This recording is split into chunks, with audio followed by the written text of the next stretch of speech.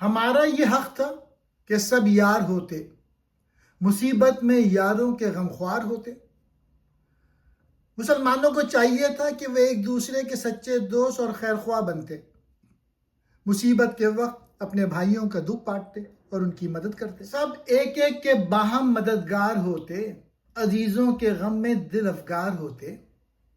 ہر مسلمان دوسرے مسلمانوں کی ضرورت کے وقت اس کا سہارا بنتا، اپنے بھائیوں کی تکلیف دیکھ کر اس کا دل بھی غمزدہ ہو جاتا۔ جب الفت میں یوں ہوتے ثابت قدم ہم، تو کہہ سکتے اپنے کو خیر الامم ہم۔ اگر ہم باہمی محبت اور ہمدردی پر مضبوطی سے قائم رہتے، تبھی ہم خود کو بہترین امت کہنے کے حقیقی حقدار ہوتے۔ اگر بھولتے ہم نہ قول پیغمبر کہ ہیں سب مسلمان باہم برادر، اگر ہم حضور اکرم صلی اللہ علیہ وآلہ وسلم کی یہ تعلیم فراموش نہ کرتے کہ تمام مسلمان آپس میں بھائی بھائی ہیں، برادر ہے جب تک برادر کا یاور، معین اس کا ہے خود خداوند داور۔ جب تک ایک بھائی اپنے دوسرے بھائی کی مدد کرتا ہے، اللہ تعالیٰ بھی اس کا مددگار اور محافظ رہتا ہے۔ تو آتی نہ بیڑے پہ اپنے تباہی، فقیری میں بھی کرتے ہم بادشاہی۔ اگر مسلمان باہمی مدد کا یہ اصول اپنائے رکھتے تو زوال کا شکار نہ ہوتے۔ وہ مالی تنگی کے باوجود اتحاد اور عزت کے سبب بادشاہوں جیسی زندگی گزارتے۔ وہ گھر جس میں دل ہوں ملے سب کے باہم، خوشی ناخوشی میں ہوں سب یارو ہمدم۔ وہ گھر حقیقت میں خوش نصیب ہے جس کے رہنے والوں کے دل ایک دوسرے سے ملے ہوں، وہ خوشی اور غم دونوں حالتوں میں ایک دوسرے کے ساتھی بنے رہیں۔ اگر ایک خوش دل تو گھر سارا خرم، اگر ایک غمگین تو دل سب کے پرغم۔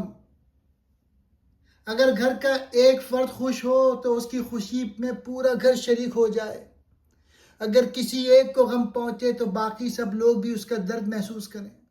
مبارک ہے اس قصر شہنشاہی سے جہاں ایک دل ہو مقدر کسی سے،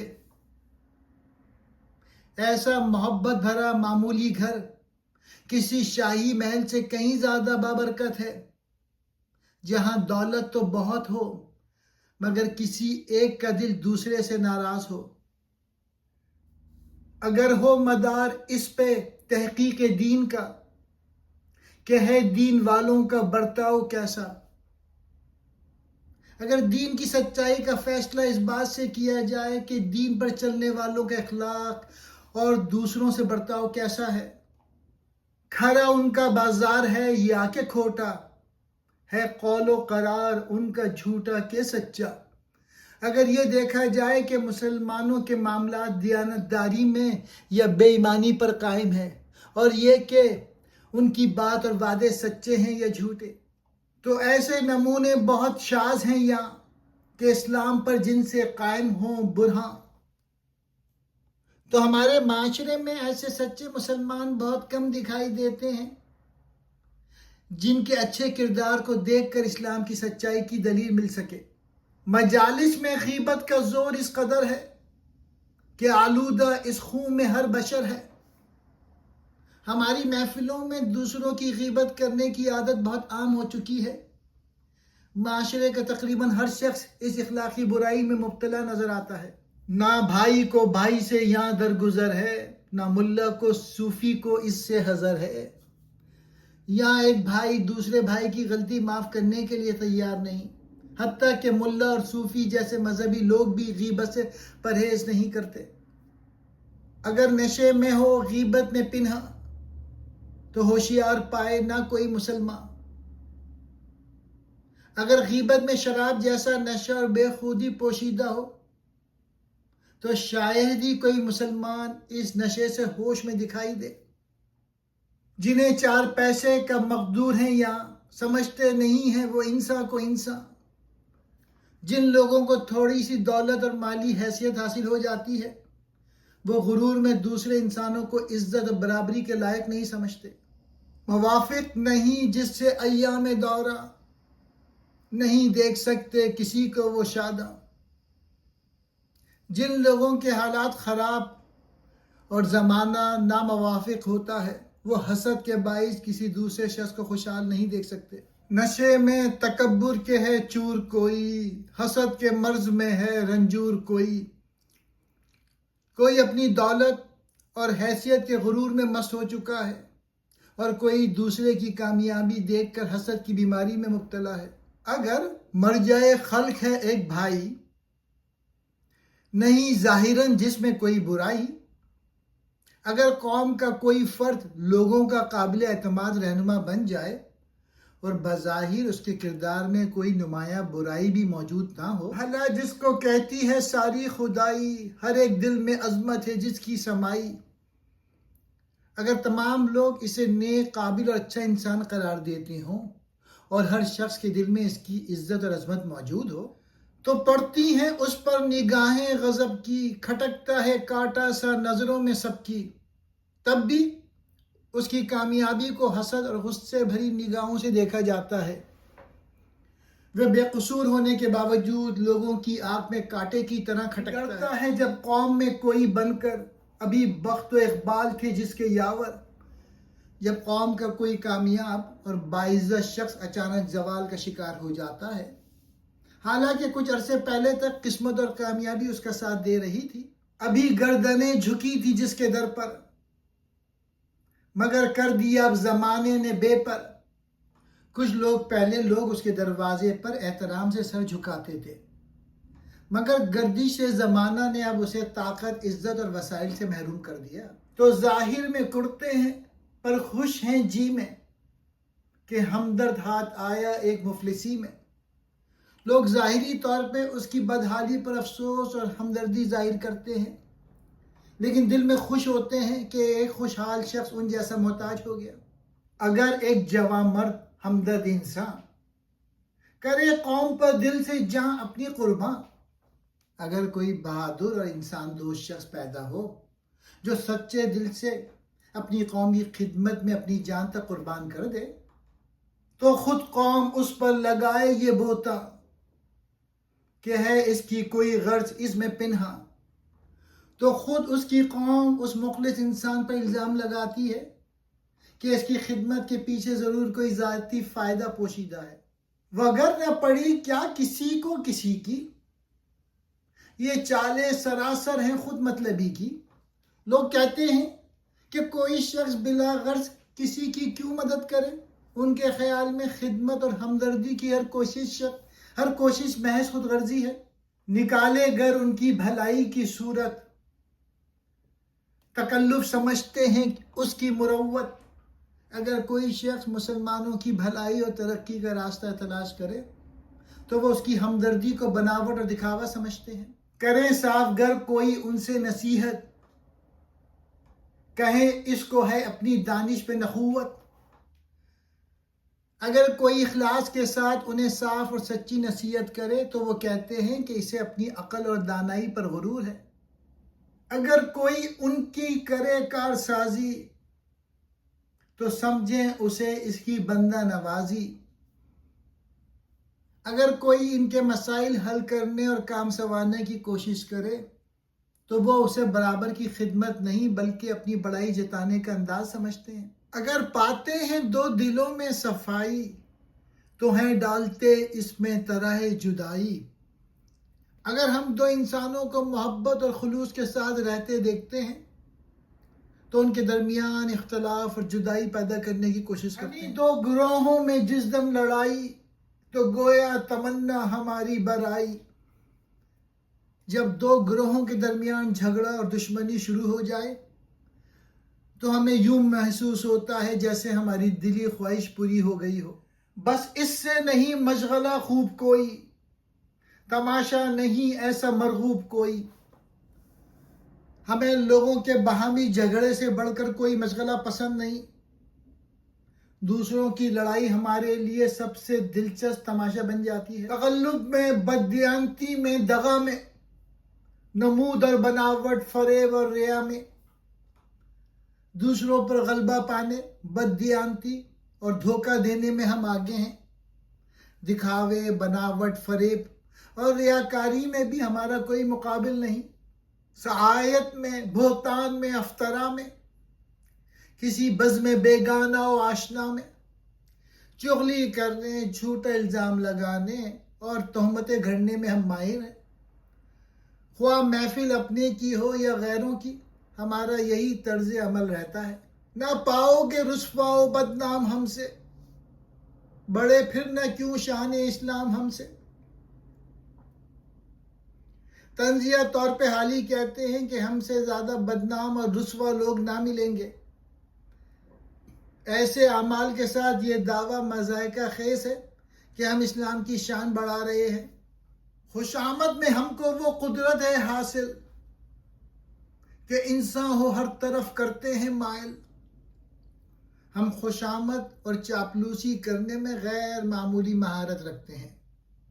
اپنی میٹھی باتوں سے ہر طرح کے انسان کو اپنی طرف مائل کر لیتے ہیں۔ کہیں احمقوں کو بناتے ہیں عاقل، کہیں ہوشیاروں کو کرتے ہیں غافل۔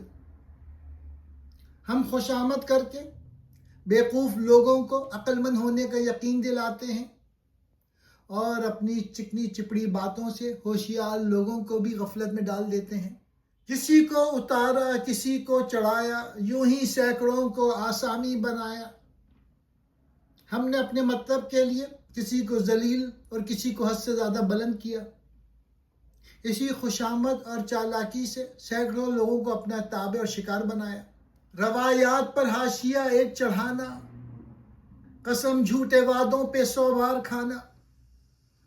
ہم سنی سنائی باتوں میں اپنی طرف سے مزید باتیں شامل کر دیتے ہیں۔ جھوٹے وعدوں کو سچا ثابت کرنے کے لیے بار بار قسمیں کھاتے ہیں۔ اگر مدح کرنا تو حد سے بڑھانا، مذمت پہ آنا تو طوفان اٹھانا۔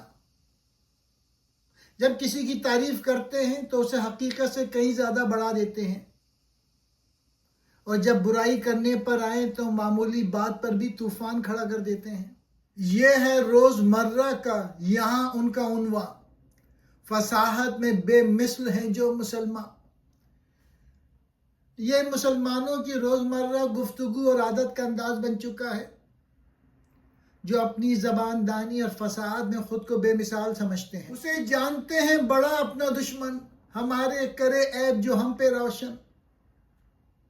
جو شخص ہماری خامیاں ہمارے سامنے واضح کرتا ہے، ہم اسی مخلص انسان کو اپنا سب سے بڑا دشمن سمجھ لیتے ہیں۔ نصیحت سے نفرت ہے، ناصح سے انبن، سمجھتے ہیں ہم رہنماؤں کو رہزن۔ ہمیں سچی نصیحت بری لگتی ہے اور نصیحت کرنے والے سے جھگڑتے ہیں۔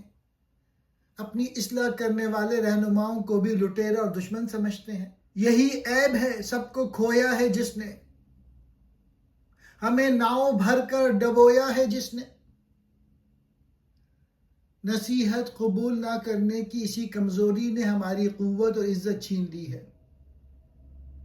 یہی عیب ہماری پوری قوم کی کشتی کو زوال کے سمندر میں لے ڈوبا۔ وہ عہد ہمایوں جو خیر القرون تھا، خلافت کا جب تک کہ قائم ستون تھا۔ اسلام کا ابتدائی زمانہ نہایت مبارک اور بہترین دور تھا۔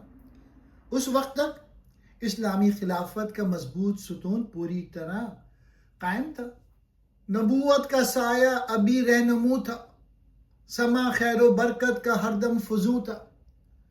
حضور اکرم صلی اللہ علیہ وآلہ وسلم کی تعلیمات مسلمانوں کی عملی رہنمائی کر رہی تھی، اس لیے معاشرے میں نیکی، عمل اور برکت مسلسل بڑھ رہی تھی۔ عدالت کے زیور سے تھے سب مزین، پھلا اور پھولا تھا احمد کا گلشن۔ مسلمان عدل و انصاف کی خوبصورت صف سے آراستہ تھے۔ اسی انصاف کے باعث حضور اکرم صلی اللہ علیہ وآلہ وسلم کا لگایا ہوا اسلامی باغ پھل پھول رہا تھا۔ سعادت بڑی اس زمانے کی یہ تھی کہ جھکتی تھی گردن نصیحت پہ سب کی۔ اس مبارک زمانے کی سب سے بڑی خوبی یہ تھی کہ ہر شخص عاجزی کے ساتھ سچی نصیحت قبول کر لیتا تھا۔ نہ کرتے تھے خود قول حق سے خاموشی، نہ لگتی تھی حق کی انہیں بات کڑوی۔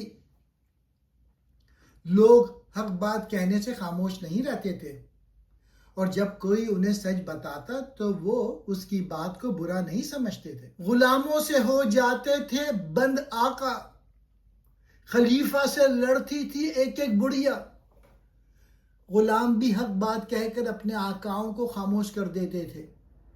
ایک عام بوڑھی عورت بھی خلیفہ کے سامنے بے خوف ہو کر اختلاف کر سکتی تھی۔ نبی نے کہا تھا انہیں فخر امت جنہیں خلد کی مل چکی تھی بشارت۔ حضور اکرم صلی اللہ علیہ وآلہ وسلم نے ان عظیم صحابہ کو امت کا باعث فخر قرار دیا تھا۔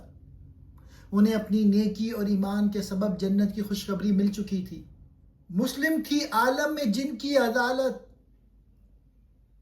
رہا مفتخر جن سے تخت خلافت۔ پوری دنیا مسلمانوں کے عدل و انصاف کو تسلیم کرتی تھی۔ ان کی پاکیزہ قیادت کے باعث خلافت کا منصب بھی عزت پاتا تھا۔ وہ پھرتے تھے راتوں کو چھپ چھپ کے در در، وہ شرمائیں اپنا کہیں عیب سن کر۔ وہ حکمران راتوں کو چھپ کر لوگوں کے حالات معلوم کرنے نکلتے تھے۔ اگر کوئی ان کی غلطی بتاتا تو ناراض ہونے کے بجائے شرمندہ ہوتے تھے، مگر ہم کو ہیں دامودر ہم سے بدتر، نہ ظاہر کہیں ہم میں خوبی نہ مضمر، مگر ہماری اخلاقی حالت اتنی پست ہو چکی ہے کہ ہماری کوئی قدر باقی نہیں۔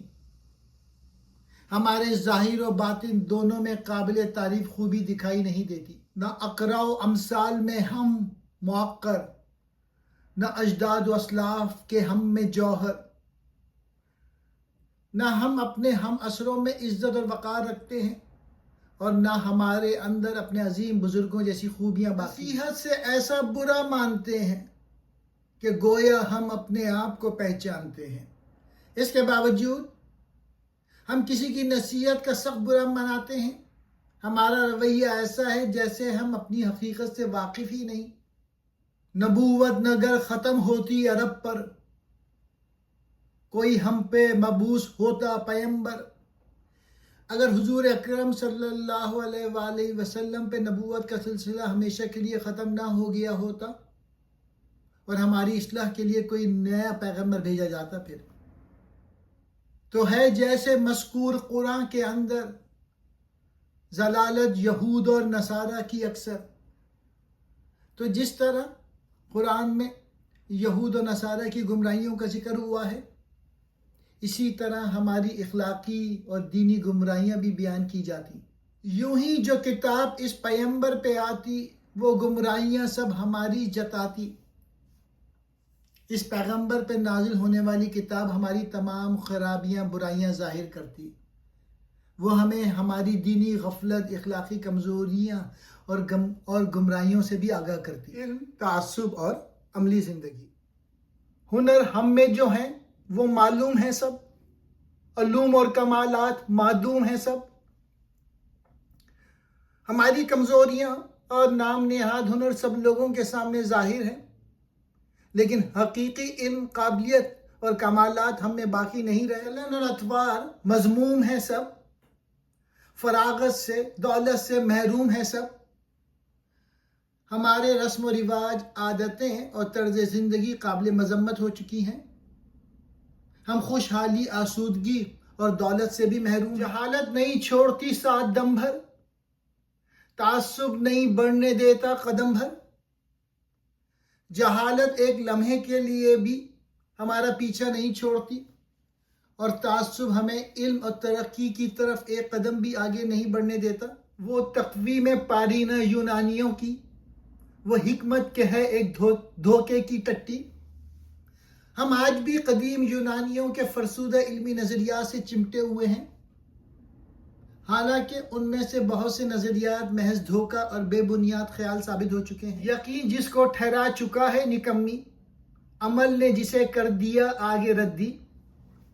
نئے علم اور یقینی دلائل نے اس پرانی حکمت کو بے فائدہ ثابت کر دیا ہے۔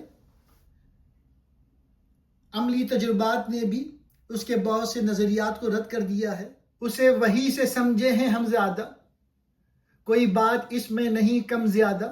اس کے باوجود ہم یونانی فلسفے کو وحی سے بھی زیادہ معتبر سمجھتے ہیں. ہمیں یقین ہے کہ اس کی ہر بات مکمل اور ہر غلطی سے پاک ہے. زبور اور توریت و انجیل و قرآن بالاجماع ہیں قابل نسخ و نسیاں. تنزیہ طور پہ حالیہ کہتے ہیں کہ ہم آسمانی کتابوں کی تعلیمات کو بھلا دیتے ہیں، گویا ہمارے نزدیک زبور، توریت، انجیل اور قرآن بھی فراموش کیے جا سکتے ہیں. مگر لکھ گئے جو اصول اہل یونا نہیں نسخ و تبدیل کا ان میں امکان. لیکن قدیم یونانی فلسفیوں کے بنائے ہوئے اصولوں کو ہم اٹل سمجھتے ہیں. ہمارے خیال میں ان اصولوں میں تبدیلی یا اصلاح کی کوئی گنجائش نہیں مٹتے جب تک کہ آثار دنیا مٹے گا کبھی کوئی شوشہ نہ ان کا. ہم ان قدیم نظریات کو قیامت تک قائم رہنے والی حقیقتیں سمجھتے ہیں. ان کی معمولی سی بات بھی بدلنے یا مٹانے کے لیے تیار نہیں ہوتے. نتائج ہیں جو مغربی علم و فن کے، وہ ہیں ہند میں جلوہ گر 100 برس سے. مغربی علم، تحقیق اور سائنس کے عملی نتائج ایک طویل عرصے سے ظاہر ہیں. ہندوستان میں بھی ان علوم کی ترقی اور فائدے واضح طور پہ دیکھے جا رہے ہیں. تعصب نے لیکن یہ ڈالے ہیں پردے کہ ہم حق کا جلوہ نہیں دیکھ سکتے.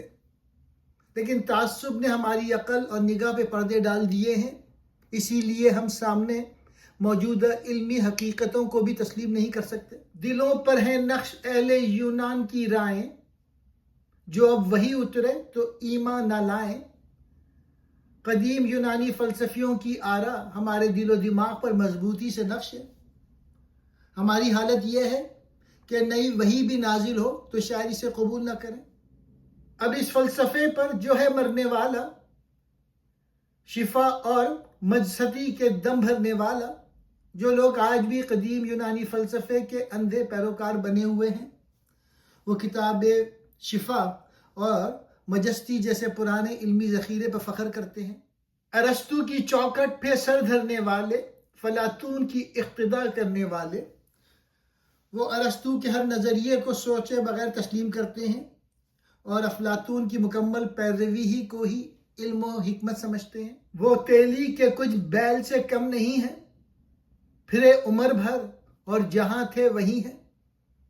وہ کولو کی بیل کی طرح ایک ہی دائرے میں مسلسل گھومتے رہتے ہیں. ساری زندگی محنت کرنے کے باوجود علم و ترقی میں آگے نہیں بڑھتے. وہ جب کر چکے ختم تحصیل حکمت، بندھی سر پہ دستار علم و فضیلت، جب وہ قدیم فلسفے کی رسمی تعلیم مکمل کر لیتے ہیں تو ان کے سر پر علم اور فضیلت کی پگڑی باندھ دی جاتی ہے. اگر رکھتے ہیں کچھ طبیعت میں جو دت، تو ہے بس ان کی بڑی یہ لیاقت. اگر ان کے اندر ذہانت اور حاضر جوابی کی کچھ صلاحیت موجود ہو تو ان سب سے بڑا کمال صرف بحث اور مناظرہ کرنا رہ جاتا ہے. کہ گردن کو وہ رات کہہ دیں زباں سے تو منوا کے چھوڑ دیں اسے ایک جہاں سے. اگر وہ دن کی روشنی میں بھی گردن کو رات قرار دے دیں تو اپنی بحث سے پوری دنیا کو یہی غلط بات منوانے کی کوشش کریں گے. سوا اس کے جو آئے اس کو پڑھا دیں، انہیں جو کچھ آتا ہے اس کو بتا دیں. اس کے علاوہ ان کا کام صرف آنے والے طالب علموں کو پڑھانا ہے. جو کچھ انہوں نے خود یاد کیا ہوتا ہے وہی دوسرے کو بتاتے ہیں. وہ سیکھے ہیں جو بولیاں سب سکھا دیں، میاں مٹھو اپنا سا اس کو بنا دیں. وہ اپنی سیکھی ہوئی اصطلاحات اور عبارتیں شاگردوں کو رٹوا دیتے ہیں. اس طرح انہیں بھی اپنا جیسا رٹی رٹائی باتیں دہرانے والا بنا دیتے ہیں. یہ لے دے کے ہے علم کا ان کے حاصل، اسی پہ ہے فخر ان کو بین الامثال. ان کی پوری تعلیم کا حاصل صرف پرانی باتوں کی نقل اور تکرار ہے، اور اسی محدود قابلیت پہ وہ اپنے ہم اثروں پہ فخر کرتے ہیں. یعنی یہ ٹیچر رٹا لگواتے ہیں. نہ سرکار میں کام پانے کے قابل، نہ دربار میں لب ہلانے کے قابل. وہ اپنی تعلیم کے باوجود کسی سرکاری ذمہ داری کو نبھانے کے قابل نہیں ہوتے، نہ کسی اہم مجلس میں اعتماد اور قابلیت کے ساتھ بات کر سکتے ہیں، نہ جنگل میں ریوڑ چرانے کے قابل، نہ بازار میں بوجھ اٹھانے کے قابل. ان کی تعلیم انہیں کوئی عملی ہنر بھی نہیں سکھاتی. وہ نہ معمولی محنت کر سکتے ہیں اور نہ کسی پیشے کے ذریعے روزی کما سکتے ہیں۔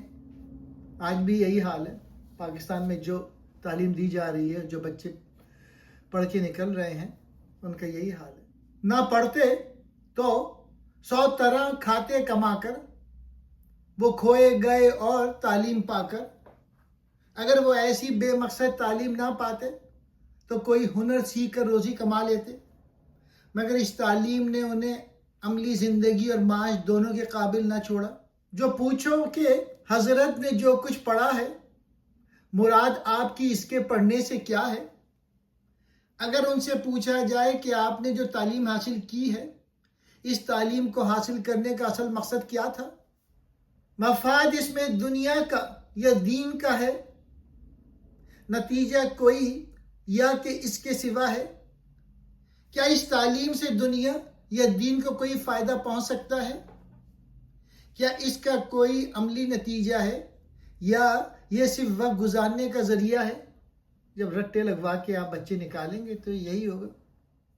تو مجذوب کی طرح سب کچھ بکیں گے، جواب اس کا لیکن نہ کچھ دے سکیں گے، تو وہ بے ربط اور غیر متعلق باتیں کرنا شروع کر دیں گے، لیکن تعلیم کے مقصد کے بارے میں کوئی واضح جواب نہیں دے سکیں گے۔ نہ حجت رسالت پہ لا سکتے ہیں وہ، نہ اسلام کا حق جتا سکتے ہیں وہ حضور اکرم صلی اللہ علیہ وآلہ وسلم کی رسالت کے حق میں مؤثر دلیل پیش نہیں کر سکتے، اور نہ جدید ذہن کے سامنے اسلام کی حقانیت واضح کر سکتے ہیں۔ نہ قرآن کی عظمت دکھا سکتے ہیں وہ، نہ حق کی حقیقت بتا سکتے ہیں وہ قرآن مجید کی عظمت اور اس کی تعلیمات کی حکمت ثابت نہیں کر سکتے، اور نہ لوگوں کو حق اور حقیقت کا صحیح مفہوم سمجھا سکتے ہیں۔ دلیلیں ہیں سب آج بیکار ان کی، نہیں چلتی توپوں میں تلوار ان کی پرانی دلیلیں جدید دور کے اعتراضات کا جواب دینے کے قابل نہیں رہیں۔ ان کا علم ایسے ہے جیسے توپوں کے مقابلے میں ایک پرانی تلوار استعمال کی جائے۔ قدیم طب اور اس مشقت میں ہے وہ سراپا، نتیجہ نہیں ان کو معلوم جس کا۔ وہ ایسی بے مقصد تعلیم اور محنت میں مکمل طور پہ مصروف ہیں جس کا مقصد انہیں معلوم نہیں۔ وہ عمر بھر کوشش کرتے رہتے ہیں، لیکن یہ نہیں جانتے کہ اس کوشش کا نتیجہ کیا ہوگا۔ گئی بھول آگے کی بھیڑیں جو بیٹا، اسی راہ پر پڑھ لیا سارا غلہ۔ اگر ریوڑ کے آگے چلنے والی بھیڑیں راستہ بھول جائیں تو باقی ریوڑ بھی ان کے پیچھے چل پڑتا ہے۔ اسی طرح شاگرد اپنے استادوں کی غلطیوں پر غور کیے بغیر انہی کی اندھی تقلید کرتے ہیں۔ نہیں جانتے یہ کہ جاتے کدھر ہیں، گئے بھول رستہ وہ یارہ پر ہیں۔ انہیں معلوم نہیں کہ ان کی تعلیم اور کوشش انہیں کس منزل کی طرف لے جا رہی ہے۔ وہ یہ بھی نہیں جانتے کہ صحیح راستے پر ہیں یا اپنی منزل سے بھٹک چکے ہیں۔ مثال ان کی کوشش کی ہے صاف ایسی کہ کھائی کہیں بندروں نے جو سر دی۔ ان کی بے مقصد کوشش کی مثال ان بندروں جیسی ہے جو سخت سردی میں مبتلا ہو گئے۔ وہ سردی سے بچنے کے لیے آگ کی تلاش کرنے لگے، مگر آگ کو پہچانتے نہ تھے۔ ادھر اور ادھر دیر تک آگ ڈھونڈی، کہیں روشنی ان کو پائی نہ اس کی۔ بندروں نے بہت دیر تک ہر طرف آگ تلاش کی، لیکن انہیں کہیں آگ دکھائی نہ دی۔ یہ مثال ایسے لوگوں کی ہے جو صحیح علم کے بغیر مسئلے کا حل تلاش کرتے رہتے ہیں۔ مگر ایک جگنو چمکتا جو دیکھا، پتنگا اسے آگ کا سب نے سمجھا۔ جب انہوں نے ایک جگنو کو چمکتے دیکھا تو اسے آگ کا شعلہ سمجھ لیا۔ صرف ظاہری چمک دیکھ کر انہوں نے حقیقت جانے بغیر غلط نتیجہ نکال لیا جا کے تھام، اور سب نے اسی دم کیا گھاس پھوس اس پہ لا کر فراہم۔ انہوں نے فوراً جگنو کو پکڑ لیا اور اس کے ارد گرد گھاس پھوس جمع کر دی۔ وہ اپنی نادانی کے باعث سمجھ رہے تھے کہ جگنو سے آگ روشن ہو جائے گی۔ لگی اس کو سلگانے سب مل کے پہم، پہ کچھ آگ سلگی نہ سردی ہوئی کم۔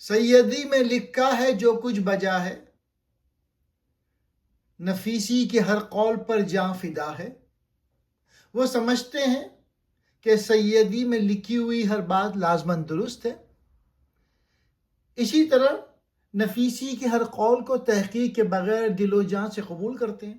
سلف لکھ گئے جو قیاس اور گماں ہے، صحیفے ہیں اترے ہوئے آسماں سے۔ پرانے علماء نے جو باتیں قیاس اور اندازے سے لکھی تھی وہ انہیں بھی قطعی سمجھتے ہیں۔ وہ ان انسانی کتابوں کو ایسا مانتے ہیں جیسے آسمان سے نازل ہونے والے صحیفے ہوں۔ وہ شعر اور قصائد کا ناپاک دفتر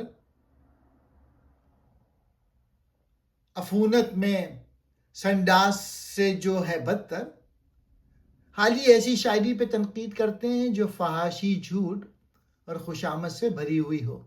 ان کے نزدیک اخلاق کو خراب کرنے والی شاعری مجموعہ گندگی سے بھی بدتر ہے۔ زمین جس سے ہے زلزلے میں برابر، ملک جس سے شرماتے ہیں آسماں پر۔ ایسی غیر اخلاقی شاعری زمین پر برائی اور بے حیائی کو فروغ دیتی ہے۔ اس کے گندے مضامین ایسے ہیں کہ آسمان پر فرشتے بھی ان سے شرماتے ہیں۔ ہوا علم و دین جس سے طارت سارا، وہ علموں میں علم ادب ہے ہمارا۔ ہمارا نام نہاد ادبی علم اصلاح کے بجائے علم اور دین کو نقصان پہنچا رہا ہے۔ ادب جو کردار سازی کا ذریعہ تھا وہ اخلاقی تباہی کا سبب بن گیا ہے۔ برا شعر کہنے کی گر کچھ سزا ہے، اب بس جھوٹ بکنا اگر ناروا ہے۔ اگر بری، جھوٹی اور اخلاق سے گری ہوئی شاعری کہنا واقعی جرم ہے اور بے مقصد جھوٹ بولنا اللہ تعالیٰ کے نزدیک ناپسندیدہ عمل ہے، تو وہ محکمہ جس کا قاضی خدا ہے، مقرر جہاں نیک و بد کی سزا ہے، تو آخرت کی اس عدالت میں فیصلہ ضرور ہوگا جس کے حاکم اللہ تعالیٰ ہیں۔ وہاں ہر انسان کو اس کی نیکی اور برائی کے مطابق مکمل بدلہ دیا جائے گا۔ گنہگار وہاں چھوٹ جائیں گے سارے، جہنم کو بھر دیں گے شاعر ہمارے۔ حالی تنزین مبالغے سے بعض بد کردار شاعروں کی شدید مذمت کرتے ہیں۔ وہ کہتے ہیں کہ ان کی جھوٹی اور فحش شاعری انہیں سخت سزا کا مستحق بنا دے گی۔ شاعری، تربیت اور کردار۔ زمانے میں جتنے قلی اور نفر ہیں، کمائی سے اپنی وہ سب بہرہ ہیں۔ دنیا کے تمام مزدور اور خدمتگار اپنی محنت سے روزی کماتے ہیں۔ وہ معمولی پیشہ رکھنے کے باوجود معاشرے کے مفید اور خود کفیل افراد ہیں۔ گویے امیروں کے نور نظر ہیں، ڈفالی بھی لے آتے کچھ مانگ کر ہیں۔ گانے والے امیروں کی محفلوں میں عزت اور انعام حاصل کرتے ہیں، یہاں تک کہ ڈف بجانے والے بھی کہیں نہ کہیں سے اپنی روزی کماتے ہیں۔ اس تب دق میں جو مبتلا ہیں، خدا جانے وہ کس مرض کی دوا ہیں، لیکن بے مقصد اور اخلاق سے گری شاعری میں مبتلا لوگ کسی کے کام نہیں آتے۔ حالی تنزیہ پوچھتے ہیں کہ ایسے شاعر معاشرے کی کس بیماریوں کا علاج ہے؟ جو سکے نہ ہو جی سے جائیں گزر سب، ہو میلا جہاں گم ہو دھوبی اگر سب۔ اگر پانی پہنچانے والے سکے نہ ہوں تو لوگوں کی زندگی خطرے میں پڑ جائے۔ اگر تمام دھوبی غائب ہو جائیں تو لوگوں کے کپڑے اور ماحول میلا ہو جائے۔ ہے دم پر اگر شہر چھوڑیں نفر سب، جو ہڑ جائیں مہتر تو گندے ہوں گھر سب۔ اگر تمام خدمتگار شہر چھوڑ دیں تو لوگوں کے روزمرہ کام رک جائیں۔ اگر صفائی کرنے والے کام چھوڑ دیں تو تمام گھر اور گلیاں گندگی سے بھر جائیں۔ پہ کر جائیں ہجرت جو شاعر ہمارے، کہیں مل کے خس کم جہاں پاک سارے۔ لیکن اگر بے مقصد اور غیر اخلاقی شاعر یا ٹی وی پہ بیٹھے جو تبصرے کر رہے ہوتے ہیں معاشرے سے چلے جائیں تو کوئی نقصان نہیں ہوگا۔ لوگ کہیں گے کہ فضول چیز کم ہوئی، اور دنیا پہلے سے زیادہ پاک ہو گئی. زمانے نے جن کی فصاحت تھی مانی، مٹا دی عزیزوں نے ان کی نشانی. پوری دنیا نے عربوں کی زبان کی فصاحت اور شاعری کی عظمت تسلیم کی تھی، لیکن ان کی بعد کی نسلوں نے اپنے غلط طرز عمل سے اس عظیم روایت کو مٹا دیا. سب ان کے ہنر اور کمالات کھو کر رہے شاعری کو بھی آخر ڈبو کر. ان کے جانشینوں نے اپنے بزرگوں کے علمی اور ادبی کمالات ضائع کر دیے. آخر کار انہوں نے شاعری کے بلند معیار کو بھی پست اور تباہ کر دیا. ادب میں پڑی جاں ان کی زباں سے، جلا دین نے پائی ان کے بیاں سے. عربوں کی فصیح زبان اور مؤثر اظہار نے ادب میں نئی روح پھونک دی. ان کی تقریروں اور تحریروں سے دین کی تعلیمات بھی روشن اور عام ہوئیں. ثنا کیسے کام انہوں نے لساں سے، زبانوں کے کوچے تھے بڑھ کر ثنا سے. انہوں نے اپنی زبان کو حق کے دفاع میں نیزے اور تلوار کی طرح استعمال کیا. ان کی تقریروں اور اشعار کے وار بعض اوقات ہتھیاروں سے بھی زیادہ مؤثر تھے. ہوئے ان کے شعروں سے اخلاق ثقیل، پڑی ان کے خطبوں سے عالم میں ہلچل. ان کی پاکیزہ اور بامقصد شاعری نے لوگوں کے اخلاق سنوار دیے. ان کے پرجوش خطبوں نے دنیا کو بیدار کیا اور معاشرے میں انقلاب پیدا کر دیا. خلف ان کیا جو کہ جادو بیاں ہیں، فصاحت میں مقبول پیر و جواں ہیں. آج عربوں کے جانشینوں میں بعض ایسے شاعر موجود ہیں جو خود کو جادو بیاں سمجھتے ہیں. وہ اپنی فصاحت اور زباندانی سے بوڑھوں اور نوجوانوں میں مشہور ہیں. بلاغت میں مشہور ہندوستان ہیں. وہ کچھ ہیں تو لے دے کے اس گوں کے یا ہیں. وہ ہندوستان میں اپنی بلاغت اور شاعرانہ مہارت کی وجہ سے معروف ہیں، لیکن ان کی قابلیت کا مجموعی معیار صرف اسی محدود نوعیت کا ہے کہ جب شعر میں عمر ساری گوائیں تو بھان ان کی غزلیں مجالس میں گائیں. وہ اپنی پوری زندگی شاعری لکھنے میں ضائع کر دیتے ہیں. آخر کار ان کی غزلیں اصلاح کے بجائے محفلوں میں بھانڈوں کے گانے کے کام آتی ہیں. طوائف کو ازبر ہیں دیواں ان کے، گویوں پہ بے حد ہیں ایسا ان کے. ان شاعروں کے دیوان طوائفوں کو زبانی یاد ہوتے ہیں. گانے والوں کی محفلیں بھی ان کے لکھے ہوئے عشقیہ کلام کی بدولت آباد رہتی ہیں.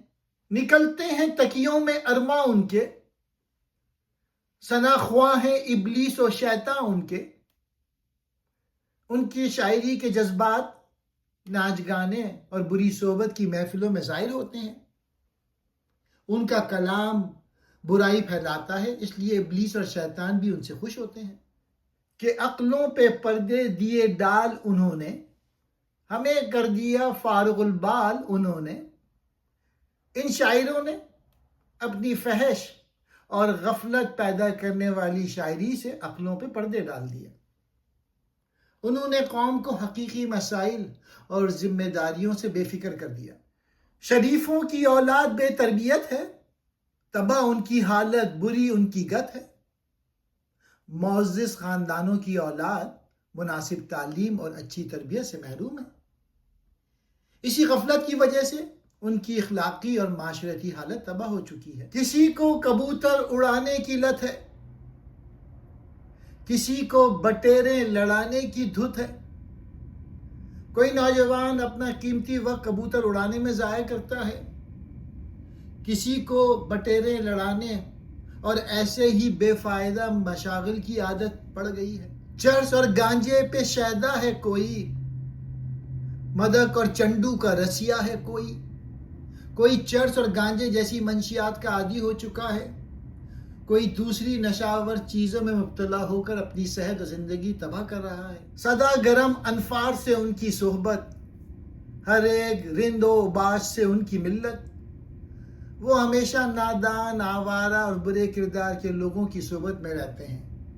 ہر شرابی اور اوباش شخص کے ساتھ ان کی دوستی اور گہرا تعلق ہوتا ہے۔ پڑھے لکھوں کے سائے سے ان کو وحشت، مدارس سے، تعلیم سے ان کو نفرت۔ وہ تعلیمی یافتہ اور مہذب لوگوں کے قریب جانے سے گھبراتے ہیں۔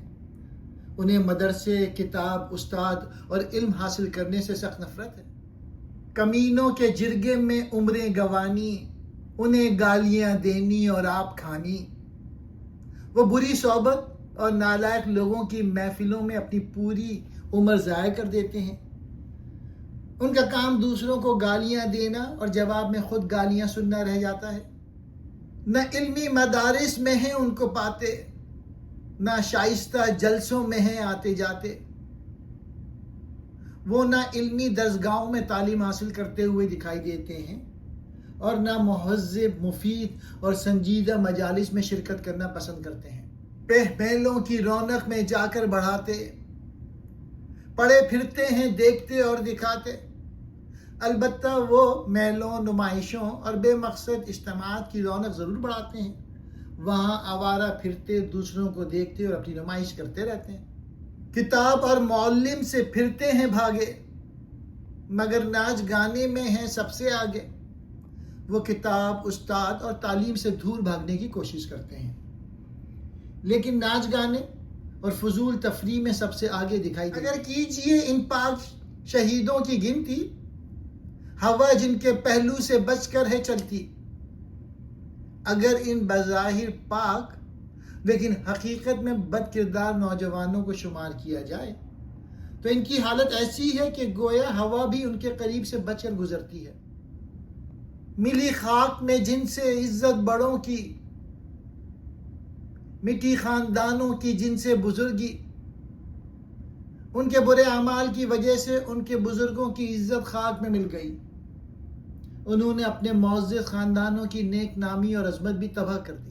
تو یہ جس قدر خانہ برباد ہوں گے، وہ سب ان شریفوں کی اولاد ہوں گے۔ حال ہی کہتے ہیں کہ یہ تباہ حال نوجوان زیادہ تر معزز خاندانوں سے تعلق رکھتے ہیں۔ والدین کی غفلت اور ناقص تربیت نے شریف گھرانوں کی اولادوں کو برباد کر دیا۔